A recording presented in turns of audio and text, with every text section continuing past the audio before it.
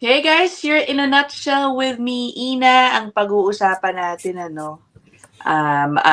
case involving a kababayan na sinasabi niyang niloko siya ng isang binayaran niyang mukhang unauthorized immigration practitioner siguro ito. Niloko daw siya ngayon. IRCC nahuli siya na nameke ng dokumento. Hindi daw niya alam. Hindi daw niya alam. So, himayin natin yung kanyang post sa isang social media or Facebook group. Nakita ko agad ito. Pagising na pagising ko. Okay, browsing through my Facebook. Ito na naman ako. Oy, ano nangyari kay ate? At ang finorward ko agad ito dito kay Attorney Lou Tangzalan. Welcome. Alamin na lang natin kung ano ba yung mga pamantunin, di ba? Yung mga rules about it. Yung mga ganitong sitwasyon. So, para maging lesson din for everyone. Correct. Okay. I will put up the post that I saw. Okay. Again, anonymous ang pangalan nung poster. So, hayaan na lang natin yun. Okay lang din. O, sabi niya dito, no? Naka-receive daw siya ng letter from IRCC. Kailangan daw niyang sumagot in 10 days. Nalaman daw kasi ng IRCC na mga fake ang mga docs niya pagpasok ng Canada na kagagawan ng kakilala ko na nagpapabayad. Sa letter daw, sinagot niya yung IRCC. Sinabi ko lahat-lahat na isa ako sa biktima ng gumawa nitong mga peking papeles, mapaalis lang kami papuntang Canada.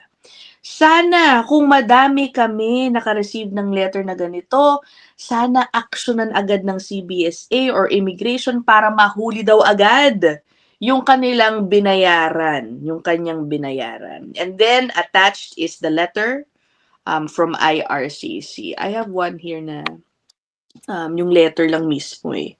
Sana ba yun? Eto. Pero malabo pa din guys no? Okay, so sinabi dito, sabi ni officer, I am concerned based on the results of our verification into the matter that your declaration of having been employed by a certain company trading as Remote Philippines in Manila is false. So meron parang fake job, may fake work experience, okay?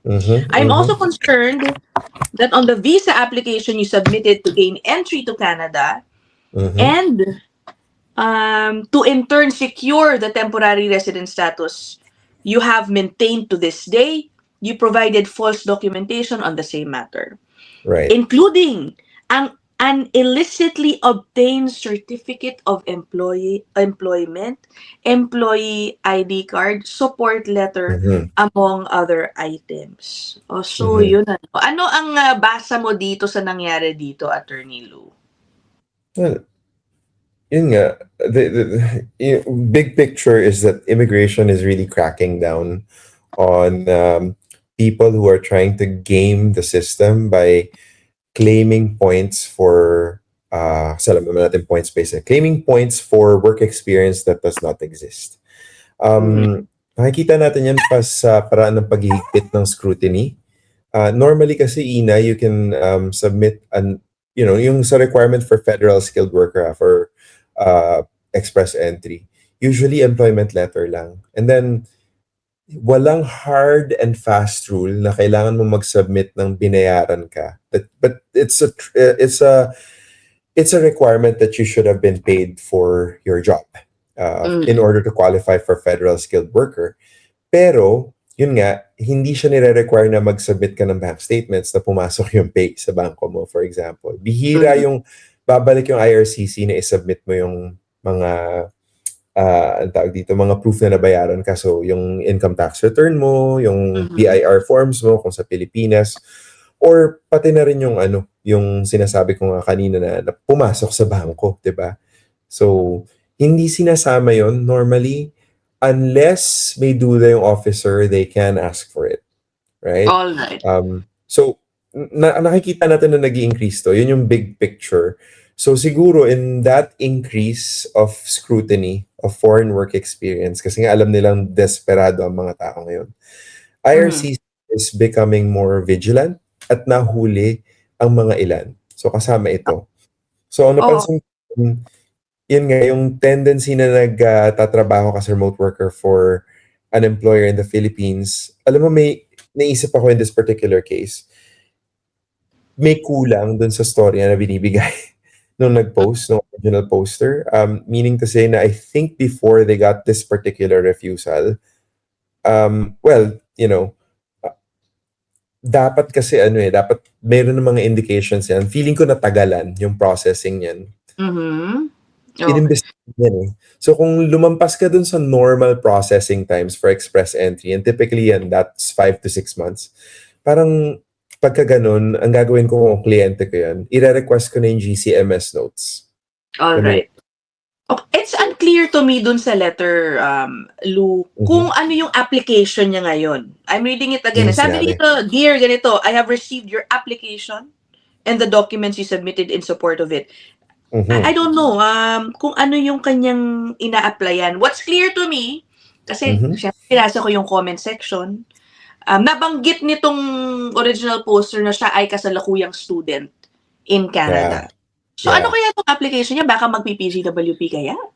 No, I think this is for PR. Oh! It's Okay. possible that it's for, kasi for PGWP, hindi naman sinescrutinize yung work experience eh. Oh, So in other alright. words, may claim siyang work experience dun na bakit may kine-claim siyang work experience for the purposes of PGWP. I mean, you disclose your employment history, pero usually yung mga PGWP applications, if kompleto naman yung documents mo, very light touch yan from the officer's perspective. As I've said in multiple occasions na in this channel, yung mga postgrad work permit applications, they're either super easy and super simple, or they're super complicated and hard because somewhere along the line there was a mistake. So kung PGWP yan, ano bang requirements? Well, kailangan nakatapos ka sa eligible program in Canada. Pangalawa, kailangan nag-comply ka dun sa conditions ng study permit mo, which means na full-time ka. Walang requirement for work experience for PGWP. So hindi isa-scrutinize yung work permit. So I doubt if it's that. It looks like a work, sorry, not a work, an express entry application in my opinion. Kasi kine-claim yung work experience as if parang remote worker. We don't know what kind of remote worker. Pero kasi kung isa ito doon sa mga pilot streams, Ina, if you think about it. Kung iba to sa mga pilot programs like RCIP or even let's say caregivers, for example, hindi naman sinuscrutinize yung occupation masyado na hindi related dun sa occupation nila for caregivers. Sa RCIP, hindi naman points-based yun. Employer-driven yun. Whereas yung express entry, they look at your qualifications. So if they drill down to your qualifications, maaari na nakita nila yung mga problema dun sa mga documentation na sinabit. Oo. And clearly, the officer went far back from the original visa, the very first application para siya ay makapunta dito as student. Has this always been the case? Ganito ba yung level of scrutiny na binalikan yung pinakauna? Good question. Very good question. We've talked about this if you recall, diba, in multiple occasions na kapag pumapasok yung topic natin ng automation, artificial intelligence, pagdating sa immigration processing, usually yung mga views natin hindi ganun kalaki. Kasi hindi siya super sexy as a topic, diba? Pero ito na yun. Guys, this is why artificial intelligence is such an important topic pagdating sa immigration. Kasi nga, yung system mismo, nahuhuli nila yung mga inconsistencies. Dun sa previous applications mo and dun present application mo. Ito lang, kamakailan lang, I had several consultations who became clients. Medyo, alam mo yun, parang kinaklarify namin yung mga occupations nila, mga positions nila before. Sabi ko, ba't hindi kayo consistent? I'm flagging it now to you kasi pwede tong balikan ng immigration.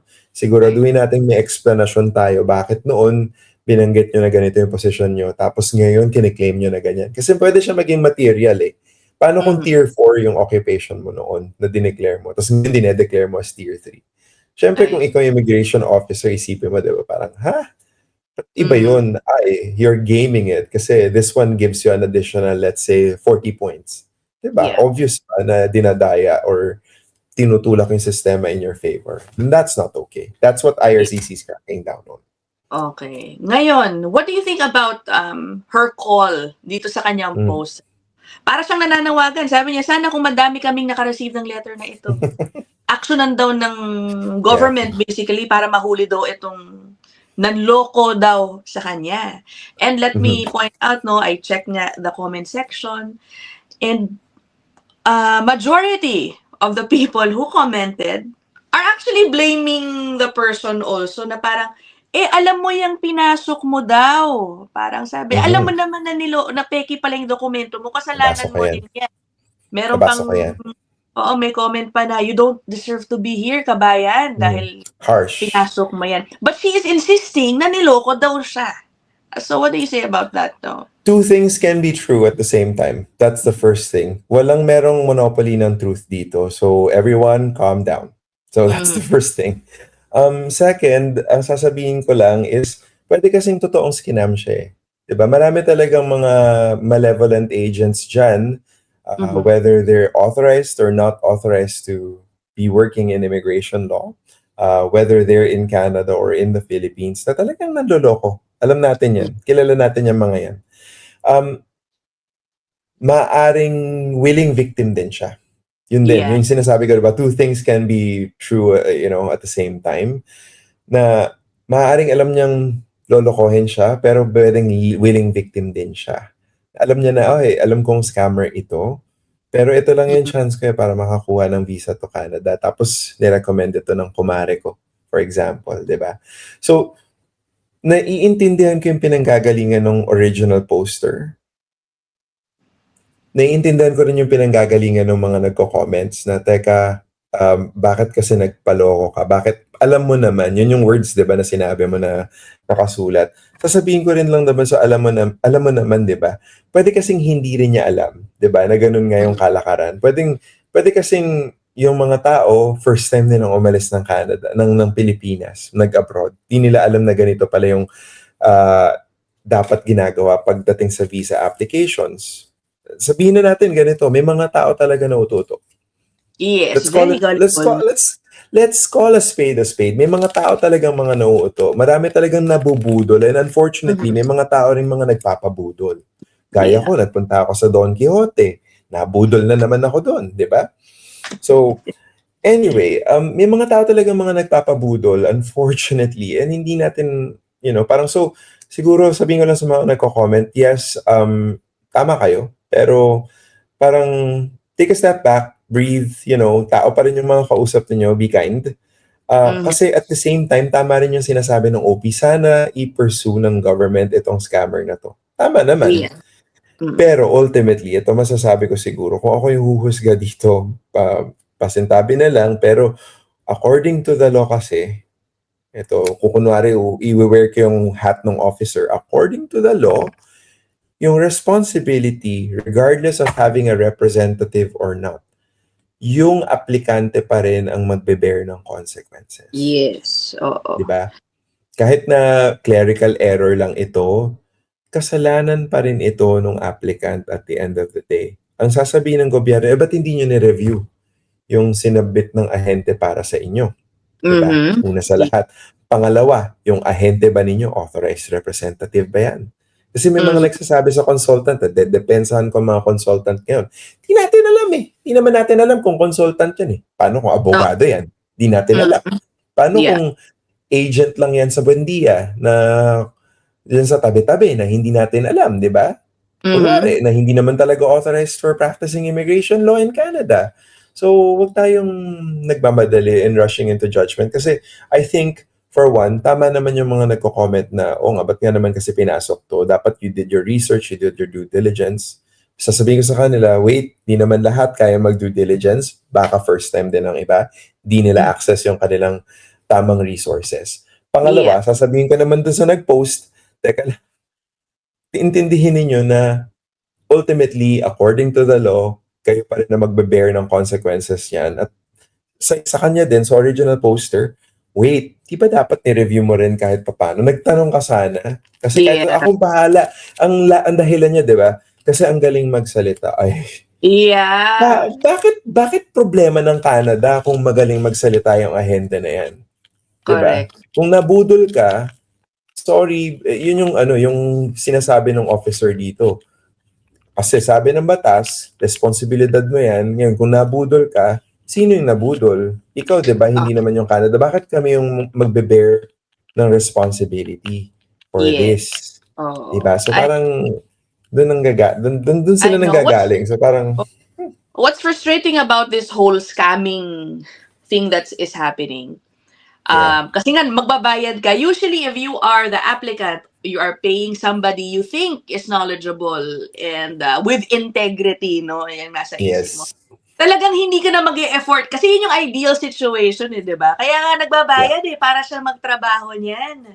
Tapos Yeah. yung pala, hindi mo pa rin mapagkakatiwalaan. Yun yung frustrating thing that Pero I see, 'di ba? yun And din kasi feeling ko yun sinasabi din ang ng dahilan ng marami na parang kasi nga, 'di ba nakakaalam siya pero niloko pala kami. Parang ang pero hirap. Ina, may disclaimer din ng immigration. Sasabihin ng immigration dito, when you hire a representative, make sure that you're hiring the correct representative.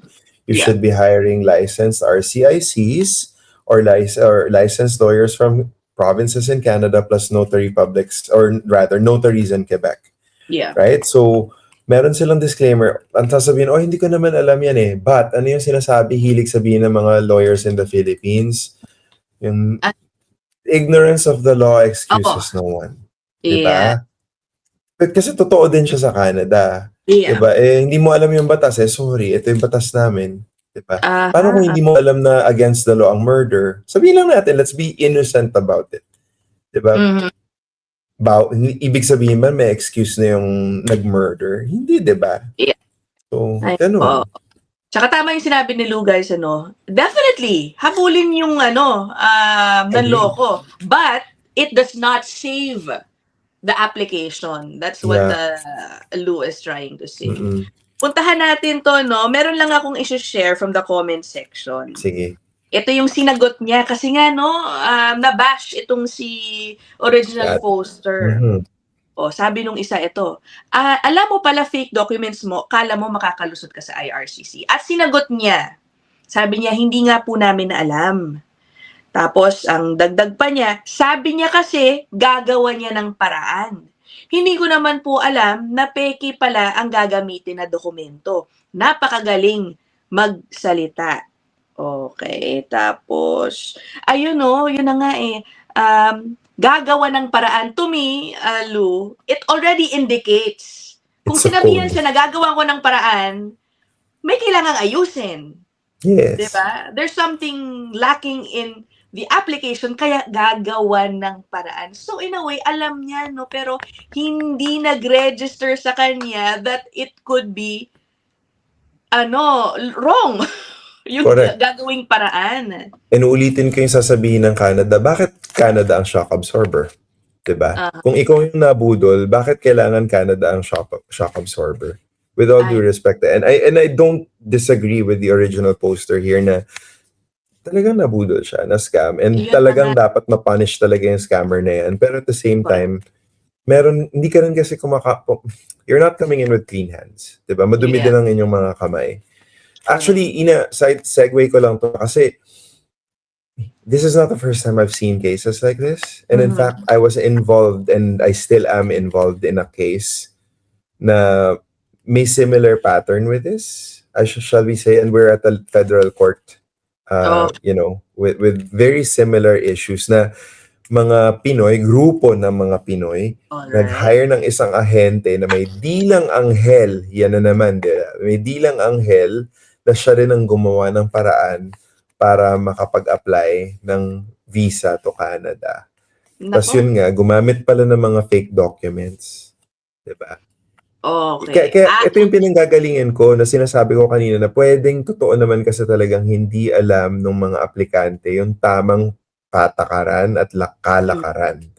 Diba? Pwedeng ganun yun So, yun yung sinasabi ko sa mga nagbabash, huminahon tayo ng konti. Kasi hindi natin alam kung ano yung konteksto ang pinanggagalingin din ng mga tao. Pero hindi kayo mali. Agree din ako sa inyo na kasalanan din to nung original poster, nung applicant. In the case that we're handling, very similar. Ganun Yeah. din, di lang Anghel na sales stock, gumamit ng fake documents, across several applicants. Yeah. Pare-pareho yung pangalan ng aso. Ha? Aabangan ko na lang yung federal court decision dyan sa kasong Yes. hawakan mo pag Yes. meron na. Oo. Dun sa mga nakikinig sa'yo tapos nanonood ng Omni parate. Na Oo. Omni na to before. Nagpakita na yung case sa Omni. Tagal I see. na. Tagal na Okay. nitong nasa federal court. Isa na lang, Luno. Sabihin na natin, wala na. Talagang siguro wala na siyang magagawa dito sa kanyang Yeah. application. She will likely have to leave. Okay? Mhm. Paano niya pwede habulin ngayon to? Kung nasa labas na siya ng Pilipinas o ano ba, nandito pa ba Yeah. dapat asikasuhin niya? The usual concern about going after these people. Yes. Ang tanong, nasan yung tao? Yung nang scam? Kasi kung nasa Oo. Pilipinas yan, ay habulin niya sa Pilipinas yun. Wala namang kinalaman ng Canada na dyan. Oo. Diba? Ginawa niya yun sa Pilipinas. Pangalawa, kung nasa Canada yan, ayun, pwede. Report niya sa CBSA. That's the first thing. Kung gumagawa yung tao na yun ng peking dokumentos, ay mukhang modus. Mukhang talagang wholesale scammer. In other words, dapat itong tinututukan ng CBSA. May tip line po ang CBSA. Google nyo lang po yun. Yun yung first step. Tapos pwede silang i-prosecute, i-charge through investigations. RCMP ang habol nito. Charge sila ng criminally. Tapos ipoprosecute in Canada. Ngayon, ang tanong dito, yung sabi mo kanina, habol. Civil, di ba? So, syempre, pwede nilang i-recover yung mga binayad nila, for example. So, they can try. But that's going to be very hard. Pero with a criminal proceeding moving forward, tapos kapag natapos kagad yung criminal proceeding, pwede nilang in parallel yung civil. Tapos kung ano yung magiging resulta ng criminal. Kasi criminal cases kasi mas madaling i-dispatch ng korte. So, mas mabilis rather. So in other words, mas malamang na mas mabilis matapos yon. So, bago pa matapos yung civil, may decision na sa criminal. So, may indicator na kung saan papunta yung civil, di ba? So, it weighs really good in favor of the complainant, for example. Pero patutunayan kung anong klaseng civil damages pa ito. Una sa lahat, is this negligence? Professional negligence ba to? Kasi una, professional ba talaga to? Diba? May mga ganong aspeto. Ngayon, kung scam yung kontrata, illegal yung kontrata, pwedeng balikan to ng unjust enrichment. Bakit pinapayaman mo ang isang tao? May mga remedies at court, pero Diyos ko, laki ng gagastusin mo, laki ng i-google mong panahon para ilaban ito. Pangatlo, malamang out of status ka na kasi nga ibaban ka sa Canada, misrepresentation, diba? So, paano yun? Actually, ito yung, yung contention. Pwede technically, kung inadmissible ka na to Canada, may mga certain circumstances na pwede kang magstay on a temporary resident permit if there is an overriding need for you to stay in Canada. Pero syempre may exceptions na sa exception. Halimbawa, terorista ka or member ka ng organized crime, talagang paalisin ka talaga ng Canada. Or if it's against Canada's international obligations against non-refoulement mo, for example, di ba? Which means in French na hindi mo pwedeng i-dispatchahin, paalisin ang isang foreign national from your territory at ibalik dun sa territory kung saan sila pwedeng mag-face ng torture, for example. Kasi signatory tayo sa Convention Against Torture. Diba? So, may mga ganong interplay. So, baka may remedy sila, pero depende talaga kung ano nasaan yung tao, yung scammer, rather. Yeah. Kung nasa Canada, if only, madali yung proseso. But the thing is, it's tedious process and may also be costly. Yeah. That is prohibiting many sa pagpupursue, sadly. Oo. Yeah. Naalala mo yung story nung yung sino ba to? Nakalimutan ko yung name niya. Na-feature siya sa Omni, na-feature din siya sa CBC News, yung isang Pinoy na consultant na daming na-scam. Tapos sa Vancouver ba to? Ito yung sa Vancouver. Yung nilipad niya yung buong pamilya at mga kaibigan niya, business class. Iba to. Okay, Yeah, I know what you're talking about. Yung babae. Yeah, and then lalaki to. Pat kasama niya yung nag-rent sila ng yate, kasama yung boyfriend. Ito Yes, yung Promised Land. report Thank you. na Promised Land. There you go. PLC. Yes. Nireport ni ni Aloysius Wong, yung isang Filipino reporter sa CBC. Yeah, ganun parang ang balita ko, nagtatago na talaga. So parang Pero good luck sa nag-ooperate siya in paghahabol. different countries ngayon. Parang Yeah, gano'n. nothing stops eh. Ganun talaga. Transnational crime ang tawag dito, di ba? So, yun nga, until i-clamp down talaga yan. Pero ang balita ko nga, nagtatago daw sa Pilipinas. So, unless talagang i-pursue talaga ng Pilipinas yan to hit them hard with transnational criminal activities, potentially. Kung merong kaso, halimbawa, alam naman natin napaka-busy ng NBI ngayon. So, medyo mahirap, di ba? So, ito yung mga remedies ninyo, tapos hindi din natin alam, baka naman ang lakas din nila sa sistema sa Pilipinas. You know what I mean, right? So, I'm talking about controversial things here, but, at least, ganun talaga, like, ang hirap talaga. Siguro ito, final point. The best remedy is to prevent from the beginning. Yes, correct. Wala Diba? Guys, we are surrounded by these types of people. Gawin na lang natin yung part natin para hindi na tayo dumating dun sa posisyon na yun, nanaloko na tayo. And this is why your channel is very important for this. Let me just guys, pasensya na kayo. Kahit minsan paulit-ulit in different forms lang, no? Yung mga naloloko. Pero ganun talaga. That is how we get the message out there. Yeah. Okay? Yeah. So, thank you so much, Attorney Lou. His email is the one crawling down there if you want to get in touch with him. We will end this episode here. I will see you guys in the next one. Bye!